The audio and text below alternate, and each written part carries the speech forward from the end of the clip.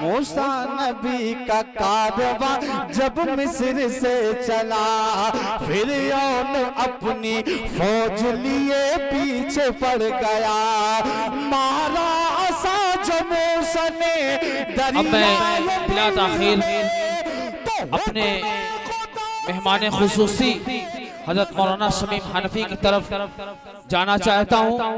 मेरे आज़ीज़ प्यारे दोस्तों, बुजुर्गों, आदि साथियों, आप सब जिंदा हैं इस बात का सबूत दीजिए। सुभान अल्लाह कहिए दोनों हाथ से और हजरत वाला का इस्तकबाल कीजिए। बोलिए सुभान अल्लाह। ये हजरत मौलाना शमीम हनफी साहब जो वाकई बहुत देर हो चुकी है, मैं हजरत वाला से माजरत खा हूँ हम तमाम अहले स्टेज वालों की तरफ से कि उनको बुलाने में ताखीर हुई। इनको जाना भी है, बड़ा लंबा सफर तय करना है और सुबह पढ़ाना भी है। सबसे बड़ी बात यह है, मैं हजरत वाला से दरखास्त करता हूँ हजरत वाला कुछ बातें ऐसी कहे जो हमारी जिंदगी में तब्दीली लाए। अल्हम्दुलिल्लाह। हजरत बिरादरान इस्लाम मुअज़्ज़ज़ सामईन, अभी नवाबाद नेपुरमा के नौजवानों की दिल की धड़कन है और दिल की पुकार है, दिल की आवाज़ है। मुस्तक़बात आई है कि वो लोग चाहते हैं जनाब हाफिज मोहम्मद इमरान साहब और मौलाना तारिक हाशिम साहब हजरत वाला के खिताब के बाद वो नातिया अशार सुनाएंगे। इंशाअल्लाह आप दिल जमी के साथ बैठिए और हजरत वाला का बयान मुकम्मल तौर से सुनिए।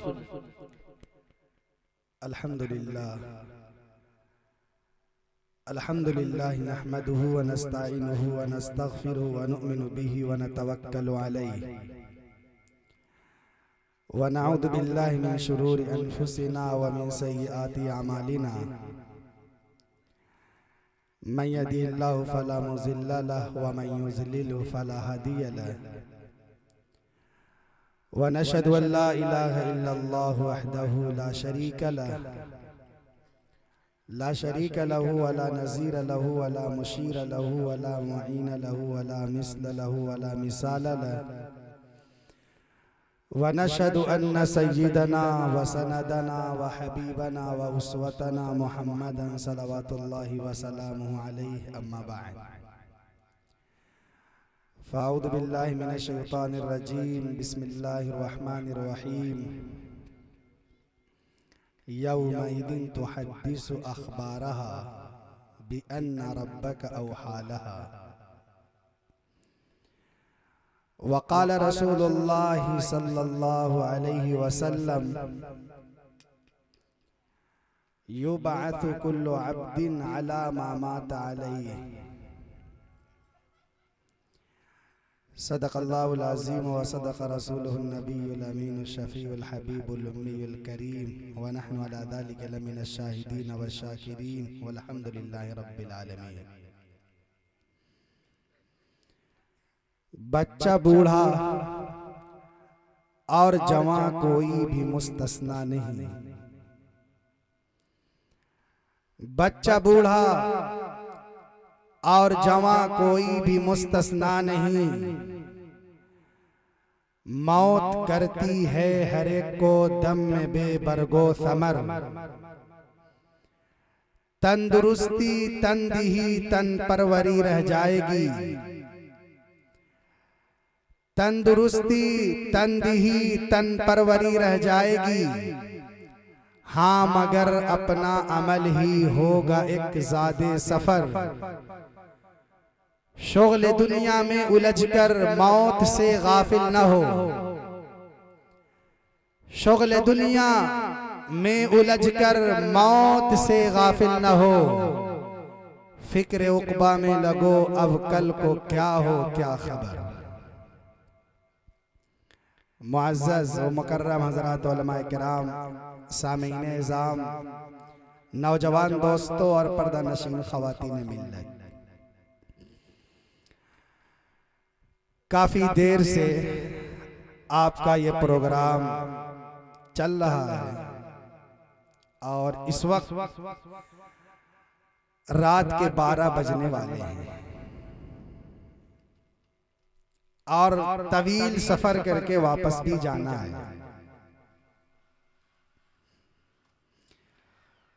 उस वक्त हमको यहाँ पर बिठाया गया जो वक्त हमारी तकरीर के खत्म करने का था। इसलिए थोड़ी देर आप हजरात की खिदमत में हाजिरी हुई है दुआ फरमाए कि अल्लाह ताला मुझे कुछ सही और सच्ची बात कहने की और हम सबको उस पर अमल करने की तौफीक मरहमत फरमाए।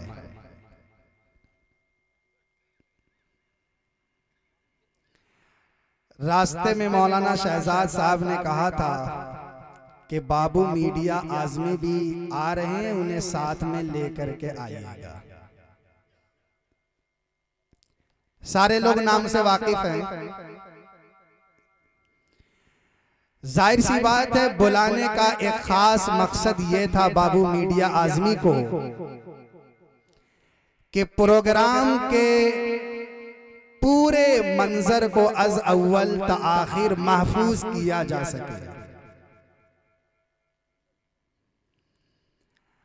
आज की तरक्की याफ्ता दुनिया में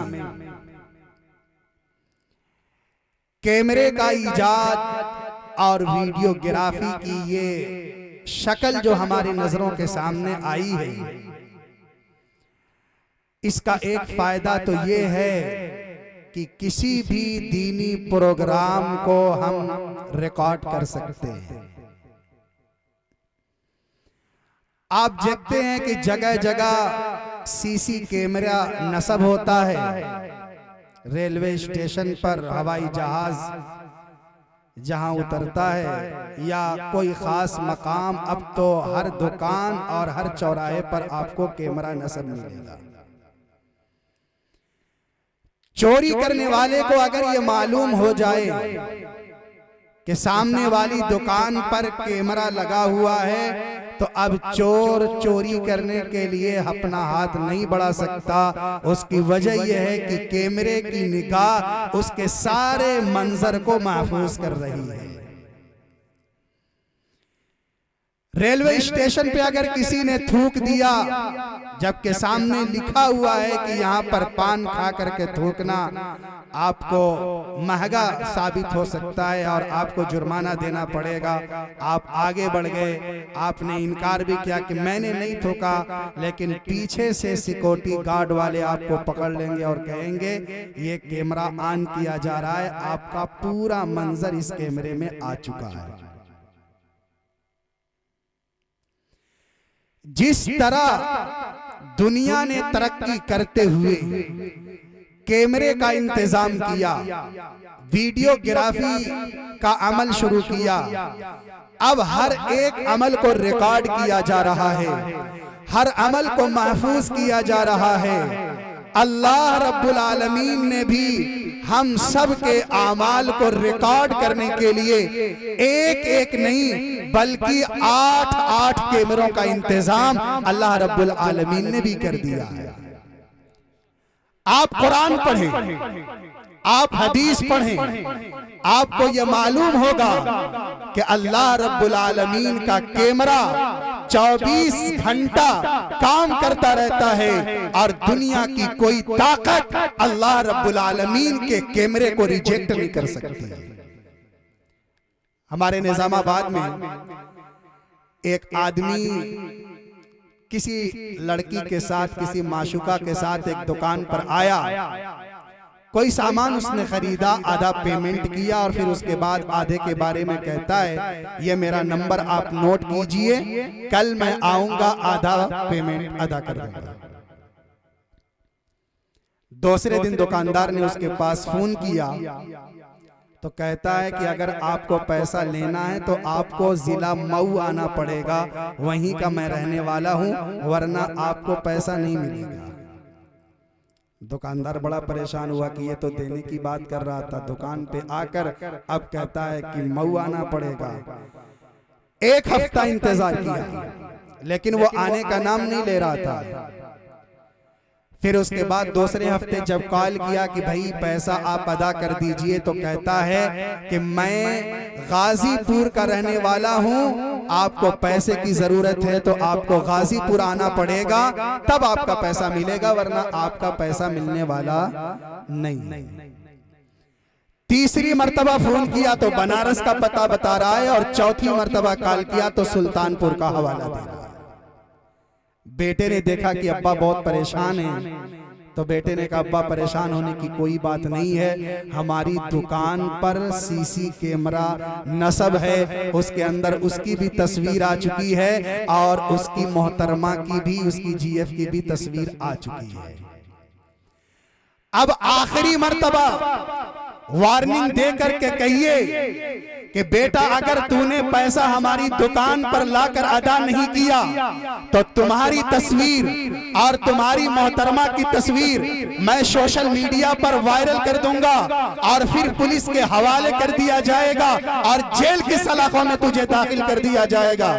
यह आखिरी वार्निंग दी और जब कैमरे की धमकी दी तो हाथ जोड़ करके कहता है खुदा के वास्ते आप मुझे माफ कर दीजिए, अब मैं मऊ का हवाला नहीं दूंगा, अब गाजीपुर का पता नहीं बताऊंगा, अब बनारस की तरफ आपको आने की दावत नहीं दूंगा, अब सुल्तानपुर की तरफ मैं आपको आने के लिए मजबूर नहीं करूंगा, आप मुझे माफ करिए।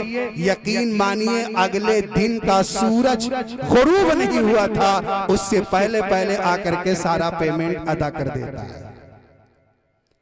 आपने अंदाजा लगाया कैमरा इंसान को मऊ से खींच करके दरवाजे पे ला करके गिड़गिड़ाने पर मजबूर कर देता है। इंसान कैमरे को झुटला नहीं सकता। आप अगर इनकार करेंगे कि मैंने ये काम नहीं किया, कैमरा इसकी गवाही देगा। अगर एक चोर ये कहे कि मैंने चोरी नहीं की है, कैमरा उसका गिरीबान पकड़ लेगा। अगर कोई ये कहे मस्जिद के अंदर मैंने बम नहीं लगाया है, लेकिन मस्जिद की दीवारों का कैमरा ये बता रहा है कि मस्जिद को बम से उड़ाने की साजिश थी, गिरफ्तार किया जाएगा और जेल की सलाखों में उसे दाखिल कर दिया जाएगा।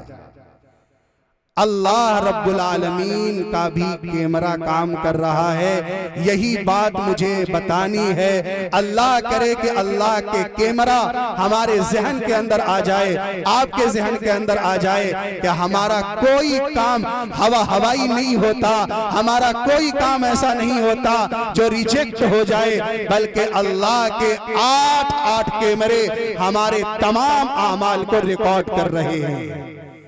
अगर कोई बंदा नमाज छोड़ करके अपने घर के अंदर बैठा है तो ये ना समझे कि मेरा अल्लाह गाफिल है। नमाज के औकात में अगर कोई खेत के अंदर मशगूल है तो ये ना ख्याल करे कि अल्लाह रब्बुल आलमीन हमारे आमाल से बेखबर हैं। चाहे रात की तारीकी में किसी पुलिया पर बैठ करके एक नौजवान किसी नौजवान औरत के साथ गपशप कर रहा है, नाजायज ताल्लुक कायम कर रहा है, और हमारी नौजवान बहन अगर रात की तारीकी में किसी नौजवान के साथ बैठकर हेलो हाय कर रही है, वीडियो कॉल पर बात कर रही है, तो मेरी नौजवान बहन और मेरा नौजवान भाई ये ख्याल न करे कि अल्लाह उसके आमाल को रिकॉर्ड नहीं कर रहा। अल्लाह के 8 कैमरे देखिए, मैं बताने की कोशिश करता हूं बहुत मुख्तसर वक्त में। अगर बात मुकम्मल हो जाए तो बहुत अच्छी बात है, वरना जहां तक बात आएगी वहीं तक स्टॉप कर दी जाएगी। अल्लाह रब्बुल आलमीन ने पहला कैमरा सूरह ज़िलज़ाल में बयान फरमाया है, सबको याद। इज़ा ज़ुलज़िलतिल अर्दु ज़िलज़ालहा व अखरजतिल अर्दु अथक़ालहा व क़ालल इंसानु मा लहा यौमइदिन तुहद्दिसु अख़बारहा यौमइदिन तुहद्दिसु अख़बारहा बिअन्न रब्बक औहा लहा। जिस दिन जमीन अपनी खबरें नश्र करेगी, जिस दिन अल्लाह रब्बुल आलमीन जमीन के इस कैमरे की वीडियो को ऑन करेंगे। याद रखो मुसलमानों, अल्लाह ने जब से जमीन बनाई है, जमीन का हर जर्रा वीडियोग्राफी कर रहा है। आदम अलैहिस्सलातु वस्सलाम के जमाने से लेकर हमारे नबी अलैहिस्सलातु वस्सलाम के जमाने तक और हमारे नबी अलैहिस्सलातु वस्सलाम के जमाने से लेकर कयामत तक जमीन का हर जर्रा वीडियोग्राफी की शक्ल में हमारे आमाल नामे को रिकॉर्ड कर रहा है। आज के जलसे को जहां एक तरफ बाबू मीडिया आजमी रिकॉर्ड कर रहे हैं, वहीं दूसरी तरफ अल्लाह रब्बुल आलमीन के 8 कैमरों में से एक कैमरा जमीन का कैमरा हमारे आमाल को रिकॉर्ड कर रहा है। रात की तारीकी में गुनाह करने वाला कोई नौजवान ये ना ख्याल करे कि हमारे ऊपर किसी की निगाह नहीं है। आप ये ठीक कर रहे हो, आपके बाप नहीं देख रहे।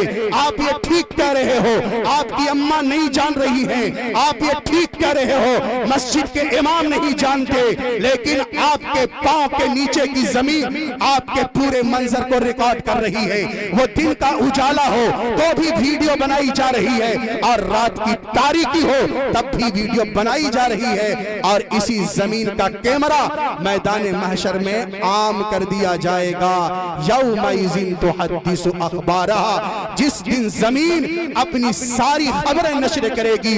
और शराब पीने वालों, जहां शराब पीने के लिए जाते हो, शराब के ठीके पर जितने कदम तुम्हारे जमीन के ऊपर पड़ते हैं, अल्लाह की धरती उस एक एक कदम को महफूज कर रही है। नमाज छोड़ करके दुकान खोलने वालों, याद रखो, अगर नमाज छोड़ करके दुकान पर हम अपनी ड्यूटी अंजाम देंगे तो ये न समझना कि ये दुकान हमारे हक में गवाही देगी। इस जमीन के अंदर का हिस्सा और जिस फर्श पे आप बैठे हैं वहां जमीन का हिस्सा ये कहेगा, अल्लाह नमाज का वक्त था लेकिन नमाज छोड़ करके ये दुकान खोल करके बैठा हुआ था। आप एक बात मुझे बताएं,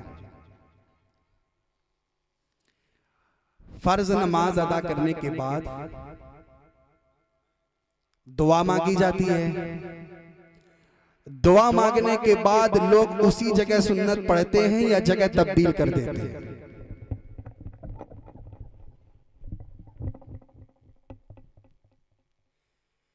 फर्ज नमाज अदा करने के बाद सुन्नत वहीं पढ़ी जाती है। इमाम साहब भी अपना मुसल्ला छोड़ देते हैं,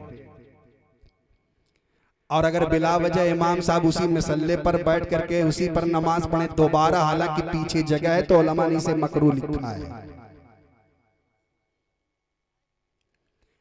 इमाम साहब फर्ज नमाज की इमामत के बाद मुसल्ला छोड़ देते हैं, और मुक्तदी हजरात भी फर्ज नमाज के बाद अपना मुसल्ला छोड़कर पीछे चले जाते हैं। कोई इस कोने में नमाज पढ़ता है, कोई मस्जिद के उस हिस्से में नमाज पढ़ता है। पूछो उलमाए किराम से ऐसा क्यों किया जाता है, तो उलमा आपको जवाब देंगे कि एक जगह आपने फर्ज पढ़ा, जमीन का वो हिस्सा आपके लिए फर्ज नमाज पढ़ने की गवाही देगा, और अगर आप फर्ज नमाज के बाद दूसरी जगह सुन्नत अदा करते हैं तो जमीन का वो हिस्सा आपके लिए सुन्नत पढ़ने की गवाही देगा। मुअज्जिन अजान करता है, आप मुअज्जिन को हल्के में न लीजिएगा। सबसे बेहतरीन आवाज उस आदमी की है, वमन अहसनु क़ौलन मिम्मन दआ इलल्लाह, जो अल्लाह की दावत दे।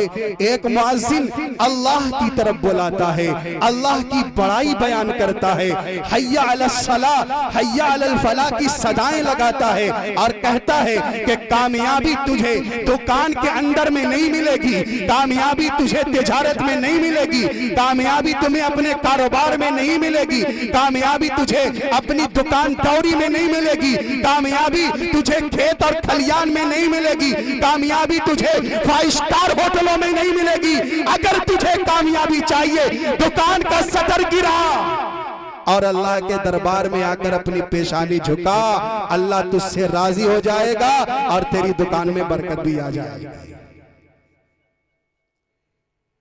आप अंदाजा तो लगाएं, मुअज्जिन की अजान की आवाज जहां तक जाती है, जिस शजरो हजर तक मुअज्जिन की आवाज जाती है, जिस खेत और खलियान की तरफ जाती है, जिस खला और फजा की तरफ मुअज्जिन की अजान की आवाज जाती है, रब्बे काबा की कसम, वो दरख्त गवाही देगा, वो पत्थर गवाही देगा, वो शजर और हजर गवाही देंगे, वो खला और फजा गवाही देगा। अल्लाह इसने मस्जिद के मुअज्जिन खाने में दाखिल होकर के माइक के सामने खड़े होकर के कहा था, अल्लाहु अकबर, अल्लाहु अकबर, हय्या अलस सलाह, हय्या अलल फलाह। तो अब मुअज्जिन के अजान की आवाज को भी इस तरीके से रिकॉर्ड किया जा रहा है। तो जहां भी हम हैं, हमारे आमाल नामे को रिकॉर्ड किया जा रहा है कि नहीं रिकॉर्ड किया जा रहा है?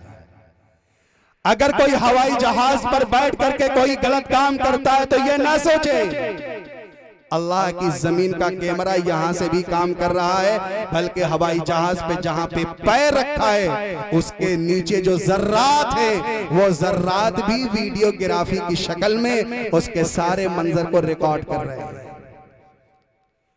कोई शख्स नौजवान ये चाहता है कि उसने जो यूट्यूब पे और फेसबुक पे वीडियोस देख रखी हैं उसे मंजरे आम पे ला दिया जाए रातों की तन्हाई में, उसकी पूरी हिस्ट्री वाज़े कर दी जाए। नौजवान क्या करता है, फौरी उसे डिलीट करने की कोशिश करता है कि जो मैंने देखा है मेरे बाप को पता न चले, जो मैंने देखा है मेरे उस्ताद को न पता चले। एक नौजवान लड़की जो कॉलेज में जाती है, क्या वो जानती है कि तुम ठीक है उस मोबाइल से डिलीट कर सकती हो, लेकिन जमीन के इस कैमरे से कैसे डिलीट किया जा सकता है? आज बड़ा अलमिया यह है कि हमारे घरों की खवातीन, हमारे घरों की औरतें सीरियल में मस्त हैं। अजान हो रही है लेकिन सीरियल से बाज नहीं आ रही।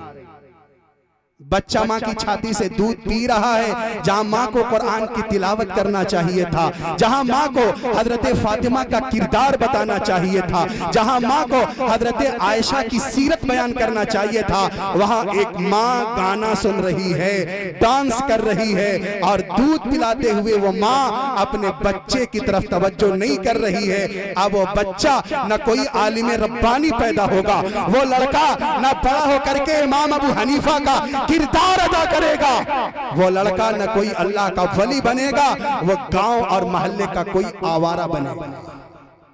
फिर जब माए कहती हैं कि मौलाना साहब कोई ऐसा तावीज दे दीजिए, हमारा बेटा हमारी बात नहीं मानता।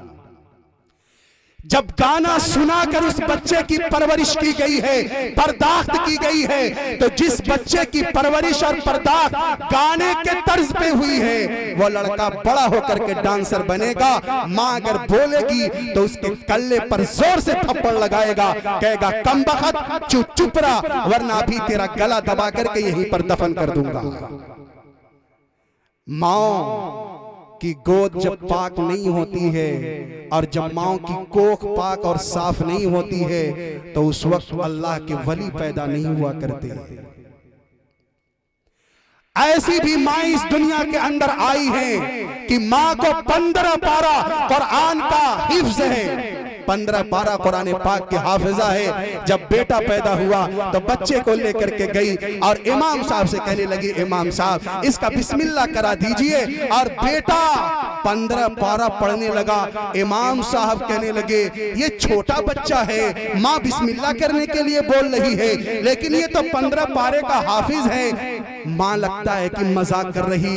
इमाम साहब बच्चे को लेकर के माँ की गोद में आते हैं, माँ के पास आते हैं, गोद में लेकर बच्चे को। ये छोटा सा बच्चा जिसको मैं बिस्मिल्लाह करा रहा हूँ, ये खटाखट पढ़ने जा रहा है, सुब्हानल्लाज़ी अस्रा बिअब्दिही लैलन मिनल मस्जिदिल हरामी इलल मस्जिदिल अक्सा। ये लड़का कुरान के 15 पारे पढ़ता हुआ जा रहा है। माँ के सामने कहा, माँ हाथ जोड़कर कहता हूँ ये बता दे कि तू मेरे साथ नाटक तो नहीं कर रही है, कोई ड्रामा तो नहीं कर रही है। माँ ने कहा, नहीं इमाम साहब कोई ऐसी बात नहीं है। अगर बच्चे को 15 पारा याद है तो उसका राज सिर्फ ये है कि मैं 15 पारा कुरान पाक की हाफिजा हूं। जब बच्चा माँ के पेट में था और माँ कुरान की तिलावत कर रही थी, बच्चे ने माँ के पेट में कुरान के 15 पारे याद कर लिए थे। और अब क्या होता है, जितने गाने माँ को याद हैं उतने ही गाने बेटे को याद हैं। तो थप्पड़ तो लगेगा ना। अब जो फिल्मों में ड्रामे आ रहे हैं उसमें ये सिखाया जा रहा है कि लड़की को लेकर के कैसे भागा जाता है। जो सीरियल दिखाया जाता है उसमें एक बच्ची को यह ट्यूशन दिया जाता है कैसे मां के खाने में जहर मिलाया जाता है। अब जो तालीम हो रही है कॉन्वेंट के नाम पर, स्कूलों के नाम पर, और जो डॉक्टरी और दीगर जो आला डिग्रियां हैं, याद रखा जाए अगर हमने अपने बच्चों के सीने के अंदर कुरान की मोहब्बत को पैदा नहीं किया, हदीस की मोहब्बत को पैदा नहीं किया, आका मदनी की सीरत को उनके जिंदगी के अंदर दाखिल नहीं किया, तो ये हमारी नौजवान लड़कियां जो आला डिग्री के नाम पर, ट्यूशन के नाम पर, कॉलेज के नाम पर अपने दोस्तों के साथ बाइक पे सवार नजर आएंगी, फिर आप रोते रह जाएंगे, बरसहा बरस के खानदान की इज्जत खाक में मिल जाएगी। एक बाप को पता चला कि हमारी बेटी कानपुर में पढ़ रही है, तो बाप तो मस्त है कि बेटी पढ़ रही है, नोट छापने की मशीन तैयार हो रही है। अब ये सोच भी खत्म हो गई कि बेटा हाफिज कुरान बनेगा। ये सोच भी माओ के ज़हनों से महव हो रही है, खत्म हो रही है कि बेटा कोई आलिम रब्बानी तैयार होगा। अब तो ऐसी औलाद तैयार हो रही है, बाप मर गया, जनाजा तैयार है और बेटे को जनाजे की दुआ भी याद नहीं है। 12 साल का लड़का जो कॉन्वेंट में पढ़ रहा था, मदरसे का रुख उसने नहीं किया था। मैंने उससे पूछा, बेटा ये बताओ हमारे नबी का क्या नाम है? तो कहता है कि हमारे नबी का नाम महात्मा गांधी है। हंसने का मकाम नहीं, ये रोने का मकाम है। हमारी नई जनरेशन, हमारी नई नस्ल तबाही के दहाने पर पहुंच रही है। जिस नबी ने हमारे लिए अपनी पूरी जिंदगी कुर्बान कर दी, जिस नबी ने हमारे लिए रातों को जाग करके इबादत इतनी की कि आपके पांव पर वरम पड़ गया। हदीस के अंदर आता है कि अल्लाह के नबी अलैहिस्सलातु वस्सलाम के पांव मुबारक फूल जाया करते थे, और बाज़ रिवायतों में आता है फूल कर फट जाते थे और उसमें से खून निकलने लगता था। रात की तारीकी में मेरे आका जन्नतुल बकी जा रहे हैं, रात की तारीकी में उठ करके अल्लाह को याद कर रहे हैं, अल्लाहुम्मा उम्मती उम्मती कह रहे। जंग के मैदान में मेरे आका पहुंचे, आपके दंदाने मुबारक शहीद सिर्फ इस बुनियाद पर हुए कि मेरी उम्मत किसी तरीके से जहन्नम के रास्ते से हट करके जन्नत के रास्ते पे जाने वाली हो जाए। लेकिन आज हमारे यहाँ क्या होता है, शादी ब्याह के मौके पर डीजे, डांस,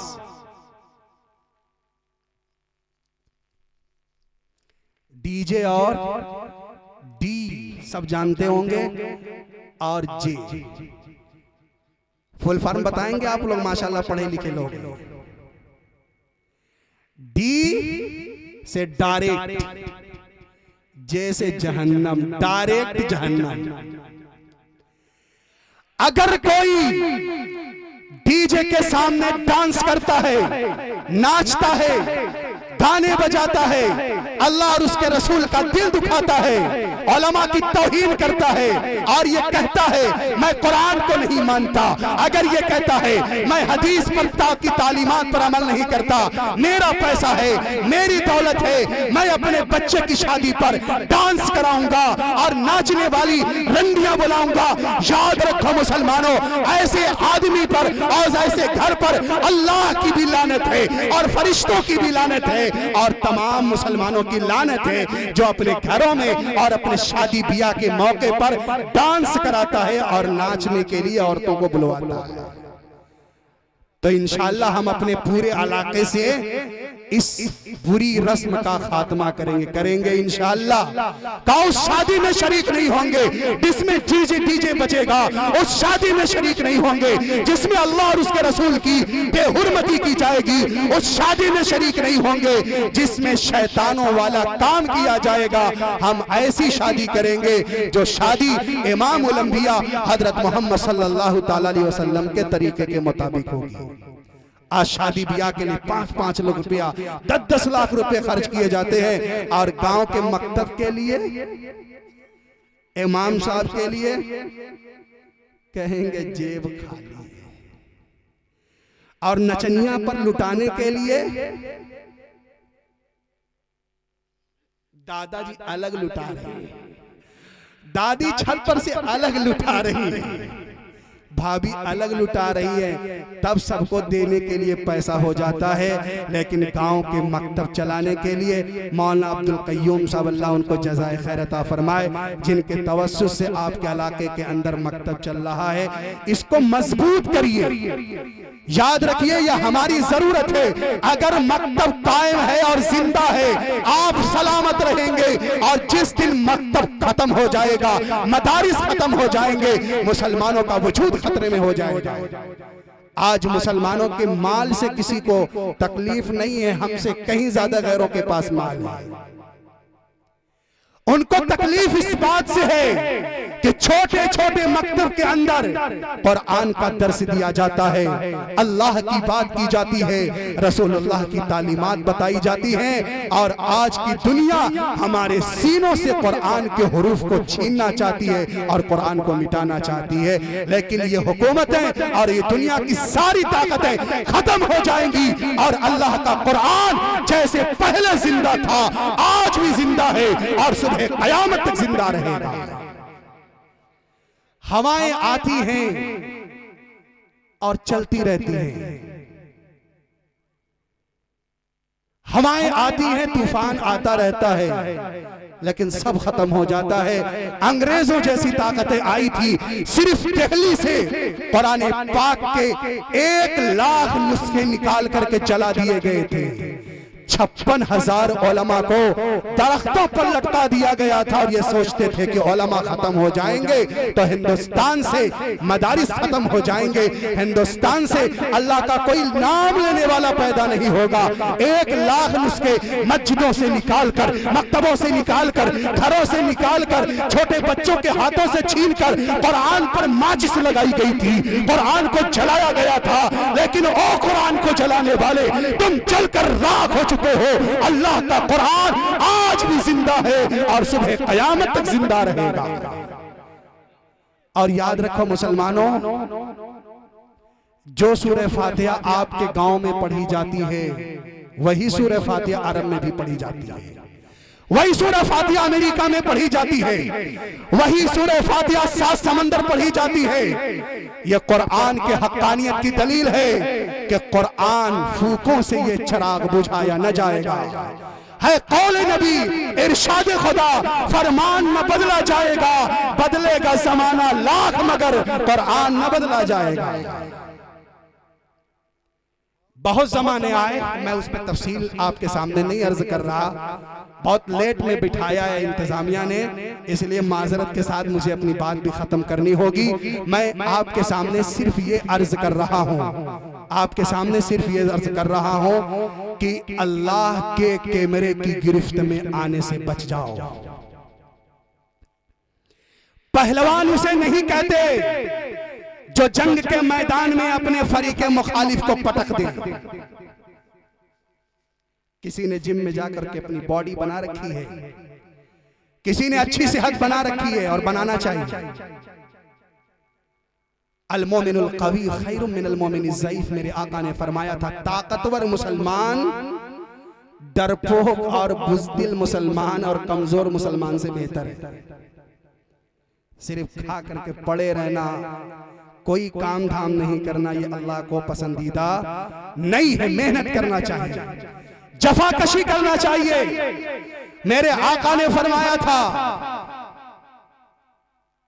ताकतवर मुसलमान अफजल करार दिया गया है। तो मैं आपके सामने अर्ज कर रहा हूं, पहलवान असल में वो नहीं है, पहलवान असल में वो नहीं है जो जंग के मैदान में अपने से ताकतवर पहलवान को धूल चटा दे। पहलवान वो है कि जब फजर की अजान हो अपनी बॉडी से चादर को उठाकर फेंक दे और मस्जिद की तरफ चला जाए। पहलवान तो वो है ना, अब वो कैसा पहलवान है कि दिन भर दंगल, दिन भर कुश्ती, और फजर के वक्त ऐसे पड़ा रहता है जैसे लगता है कि 100 लाठी मार करके उसे सुला दिया गया हो। अब शैतान भी कहता है कि सो जा बेटा सो जा, और फिर उसके सीने पर चढ़ करके शैतान मुंह में पेशाब कर देता है। और 9 बजे उठेगा, 10 बजे उठेगा, कहेगा बदन में कोई ताकत महसूस नहीं हो रही है। आप बताइए शैतान का पेशाब पी करके ताकत मिलेगी? तो इरादा करो कि इंशाअल्लाह आज के बाद शैतान का पेशाब नहीं पिएंगे। ईमान कमजोर हो जाता है और शैतान फज्र के वक्त हमारे सीने पर चढ़ करके कहता है अब रात के 12 बजे तक, 2-2 बजे तक फिल्में चल रही हो, और जब तक फिल्म मुकम्मल ना हो तब तक नींद की स्टार्टिंग ना हो। बताइए वो कौम फज्र के अंदर बेदार हो सकती है? अब तो गैर सवेरे उठने लगे। 4 बजे आप रोड पर पहुंच जाइए, हम तो सोए हुए हैं, मुर्दा हैं, और गैर कौमें 4 बजे रोड पर पहुंच चुकी हैं और दौड़ रही हैं। इसी को अल्लामा इकबाल ने कहा था, सोई हुई कौमें जाग उठी, बेदार मुसलमान सोता है, गहवारे कल्बे मोमिन में अब जज्बे ईमान सोता है। सो गए हैं हराम खा खा कर। हर गांव में आप पता करें LIC बनवाते हैं, जीवन बीमा की। देखिए हमने बैंक में पैसा जमा कर दिया है, हमने LIC तैयार कर रखी है, हमने जीवन बीमा बना रखा है, हमारी असल पूंजी बैंक में मौजूद है और सूद के पैसों से गुजारा हो रहा है। खुदा की कसम वो कौम जो सूद पे अपनी जिंदगी गुजारती हो, डर है अल्लाह की तरफ से आग की बारिश न कर दी जाए उसके ऊपर। अल्लाह ने उससे ऐलान जंग किया है। अब मैं थोड़ी सी वो बात कर लूं कि जितने लोग मुझसे पहले आए हैं सब लोगों ने कहा कि गुनाह से बचने की कोशिश की जाए। थोड़ी सी बात इस हवाले से, सबने झूठ की कबाहत बताई है, थोड़ी सी मैं भी कबाहत बता देता हूं। एक बात बताइए, जहां गुनाह का काम होगा वहां पर बदबू होगी, और जहां नेकियों के काम पाए जाएंगे वहां पर खुशबू ही खुशबू होगी। वो कौमें जो खड़ी होकर के पेशाब करती हैं और पानी से इस्तिंजा नहीं करती, वहां से खुशबू आएगी कि बदबू आएगी? वो कौमें जो इतने बड़े लोटे में फारिग हो जाती है, वो हाथ में भी लग जाता है और पूरा मुलव्वस हो जाता है उनका मकान। जिनके हाथ पाक नहीं हो, जिनके लिबास पाक नहीं हो, वहां से खुशबू नहीं आया करती, वहां से बदबू आया करती है। एक तरफ देखिए इधर और एक तरफ देखिए मेरे आका की जिंदगी, मेरे आका के पसीने से ऐसी खुशबू आया करती थी, खुदा की कसम जन्नत के अंदर भी वैसी आपको खुशबू नहीं मिल सकती।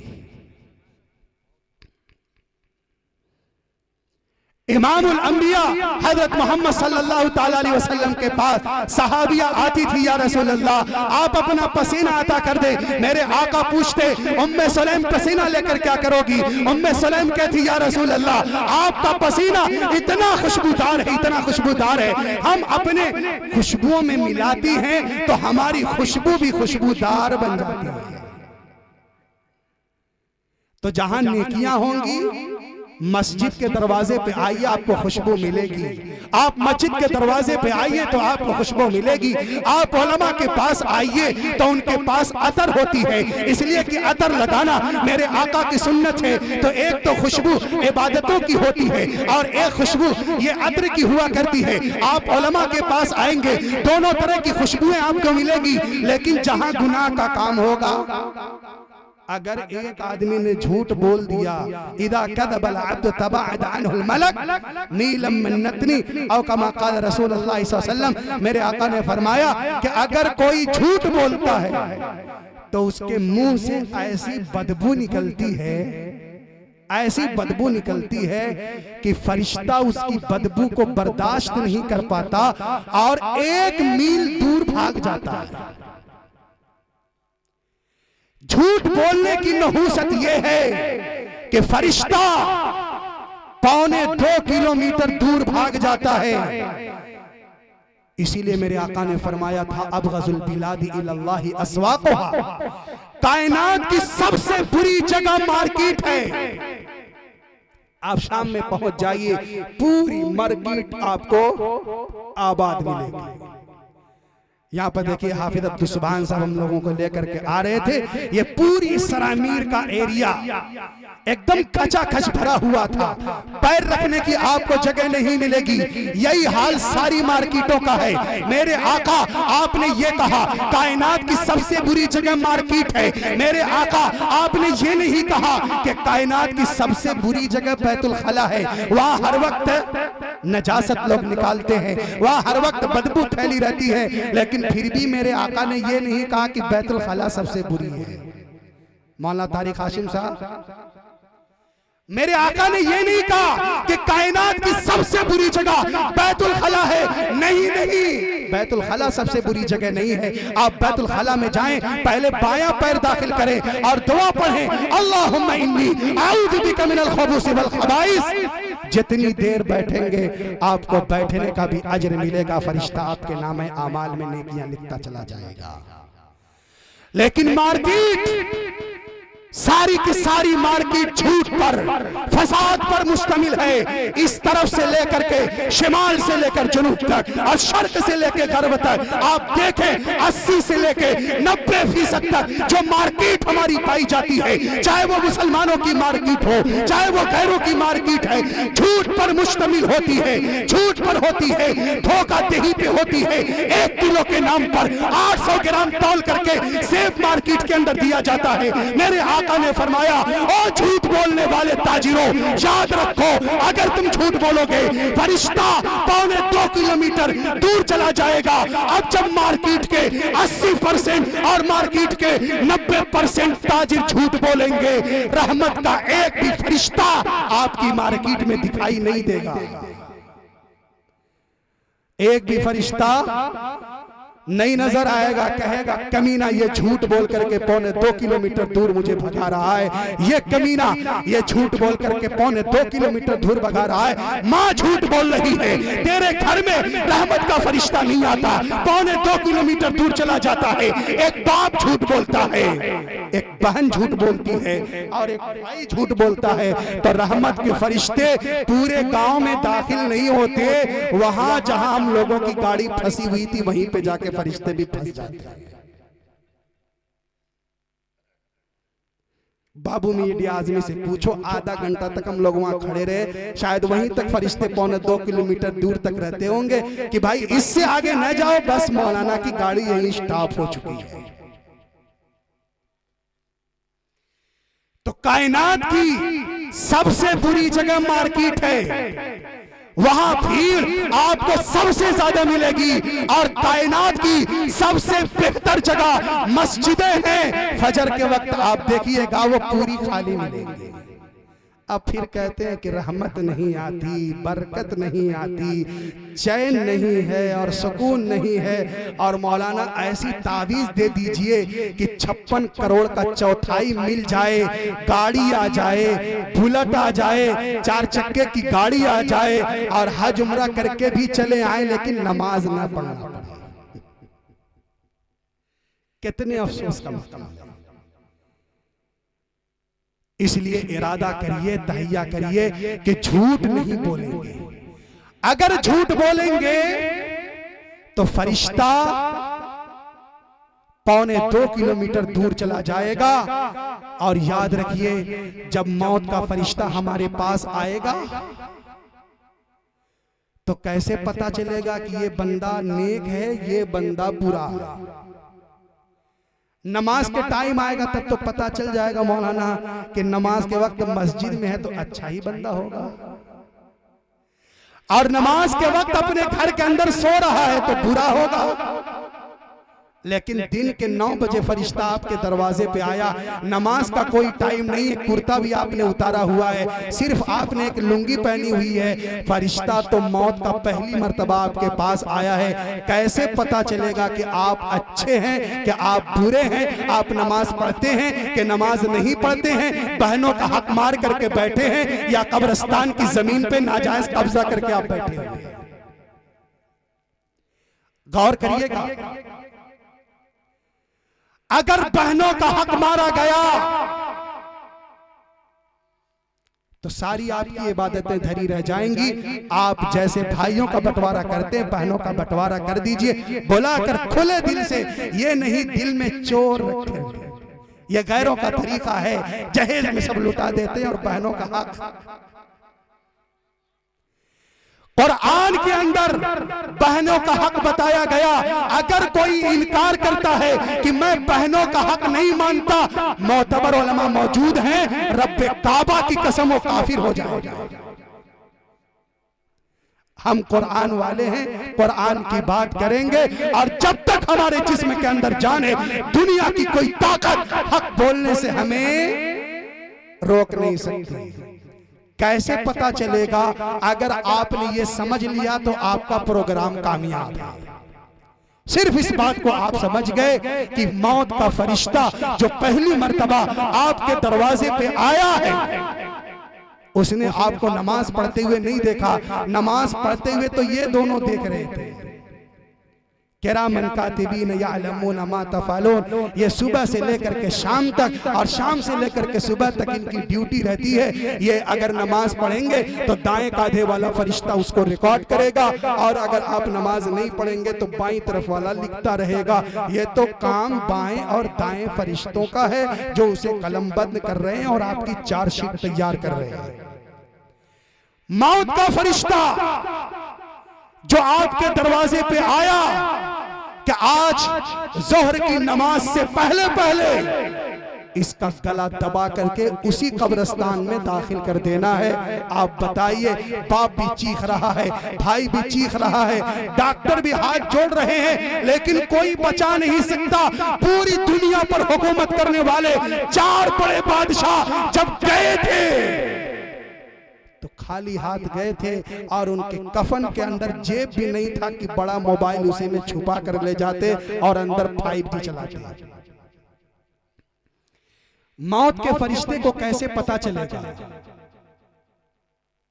एक बात, एक आलिम रब्बानी के पास एक अंग्रेज ने सवाल किया था, मौलाना जब मियां बीवी आपस में मिलते हैं तो फरिश्ता दरवाजे से बाहर चला जाता है, मियां बीवी जब मुलाकात करते हैं तो मौत का फरिश्ता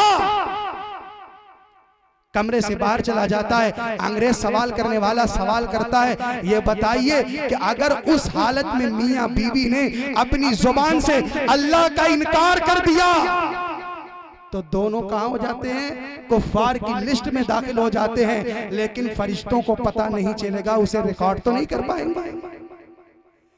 तो जवाब देने वाले आलिम ने कहा था, ये बताओ अगर किसी जगह चोरी हो जाए और CID कुत्ते को वहां पर लाया जाए तो कुत्ता सूंघ करके बता देता है कि यहां पर चोरी हुई है। एक कुत्ता अगर सूंघ करके चोरी का पता लगा देता है तो अल्लाह की अजीम मखलूक फरिश्ते सूंघ करके क्यों नहीं बता देंगे? अगर वो झूठ बोलता है 1.25 किलोमीटर दूर तक बदबू जाती है, अगर वो कुफ्र पकेगा तो फरिश्ते सूंघ करके बता देंगे कि ये बंदा इस वक्त साहिब ईमान नहीं है। तो जब मौत का फरिश्ता दरवाजे पे आता है, सूंघ करके उसकी बॉडी को सूंघता है, नमाज पढ़ने वाला होता है तो उसकी बॉडी से खुशबू आती है, और अगर नमाज नहीं पढ़ता है तो उसकी बॉडी से बदबू आती है। फरिश्ता सूंघ करके पता लगा देता है और फिर उसके बाद वहीं से धुनाई शुरू हो जाती है। तो जो कोई अगर नेकी करेगा तो उसके बदन से खुशबू निकलेगी, फरिश्ता उसे महसूस कर लेगा। और अगर कोई गुनाह का काम करता है तो उसके बदन से बदबू आती है। आप गौर करिए, नमाज पढ़ने वाले, तिलावत करने वाले, जिक्र करने वाले, पड़ोसी के साथ अच्छा सलूक करने वाले, माँ बाप की खिदमत करने वाले, उलमा का एहतराम करने वाले, जब मरकर अपनी कब्र के अंदर जाते हैं उनके जिस्म पे खुशबू होती है। कब्र के कीड़े मकोड़े उनके बदन को खा नहीं सकते।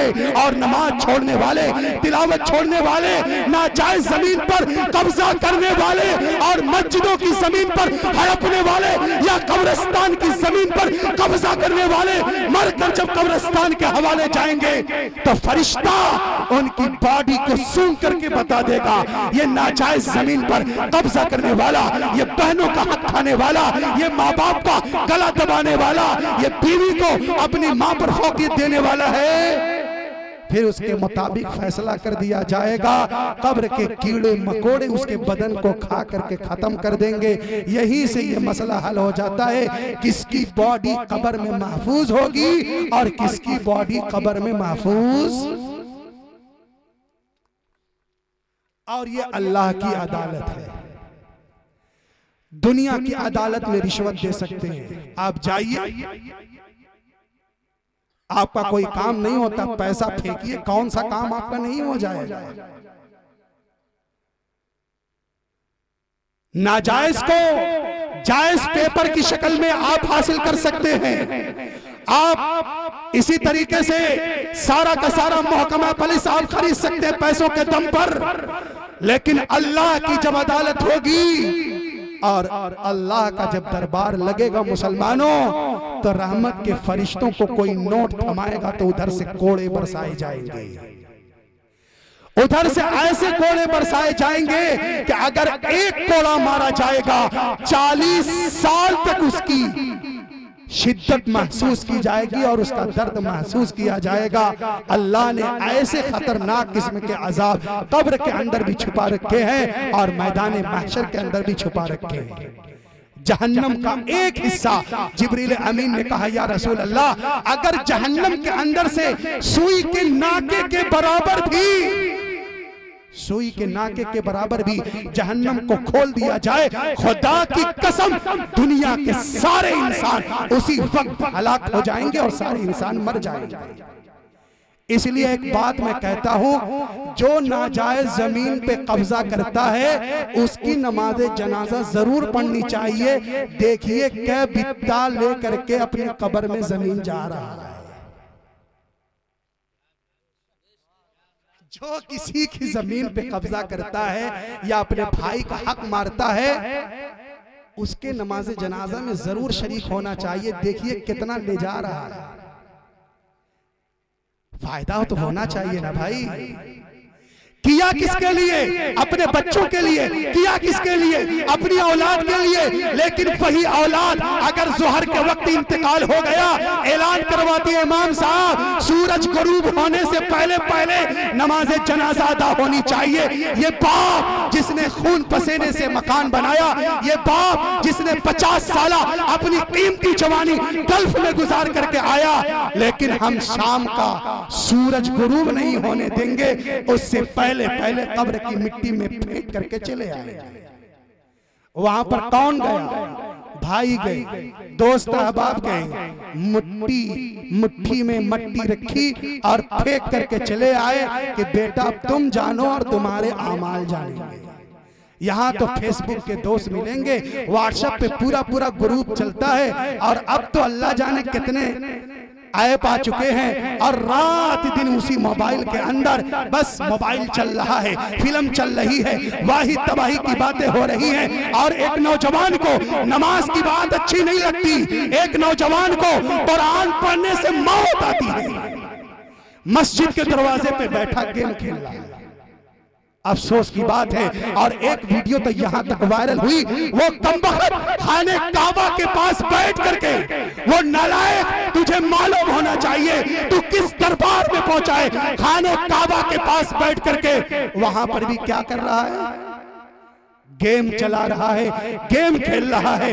याद रखो मुसलमानों, जब किसी की नीयत बिगड़ती है और अल्लाह की फटकार होती है, अल्लाह के घर में भी बैठ करके उसका दम घुटता है और फिर वहां पर उसे चैन नहीं मिलता। यही वजह है जुमा की नमाज अदा करने के बाद ऐसे मस्जिद से भागते हैं जैसे लगता है कि 100 साल के बाद जेल से छूट रहे हैं।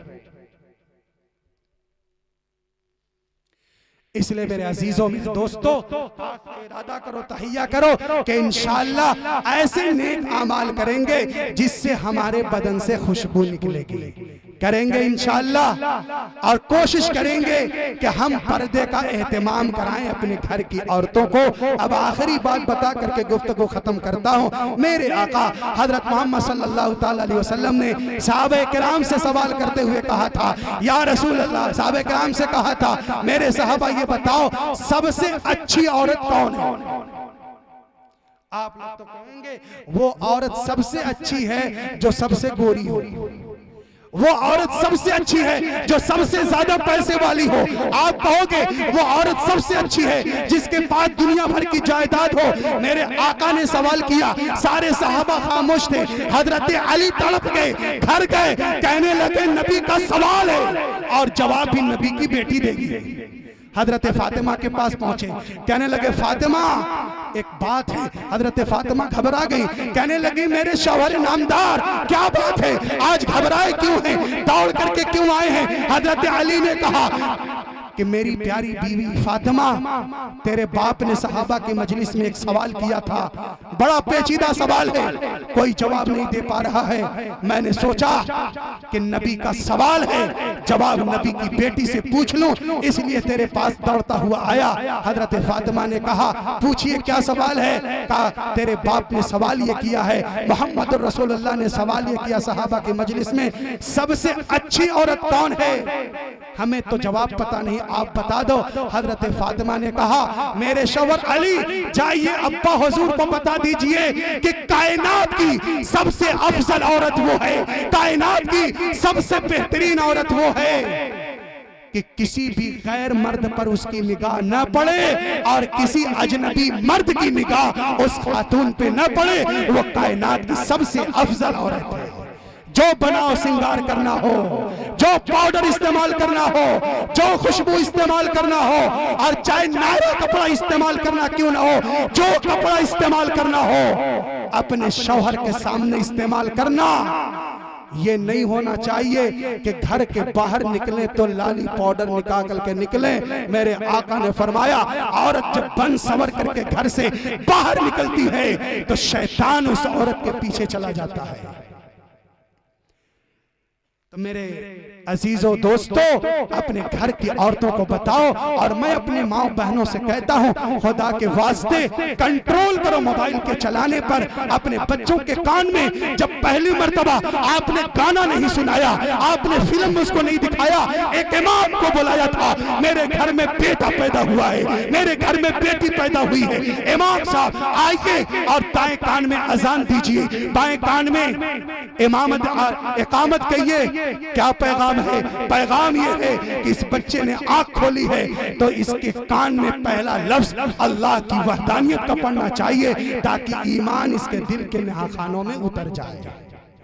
तो तय करें इंशाअल्लाह हम लोग ऐसे नेक आमाल करेंगे कि जिसकी वजह से हमारे बदन से खुशबू निकलेगी, उलमा के बदन कब्र में महफूज रहेंगे, नबियों के बदन कब्र में महफूज रहेंगे, शुहदा के बदन कब्र में महफूज रहेंगे, दुरूद शरीफ पढ़ने वालों के बदन कब्र में महफूज रहेंगे।